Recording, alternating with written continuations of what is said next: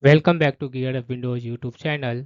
In this video, we will guide you on how to allow or block pop-ups on Opera browser on Windows 11 or 10 PC.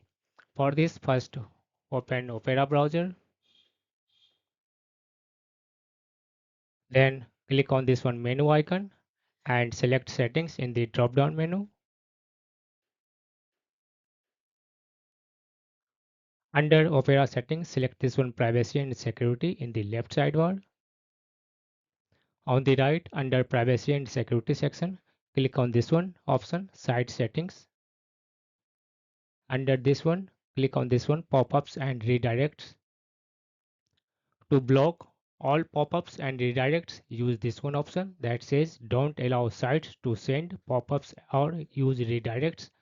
In case you want to allow a few sites, under this one option, allow to send pop-ups and use redirects, click on this one add button.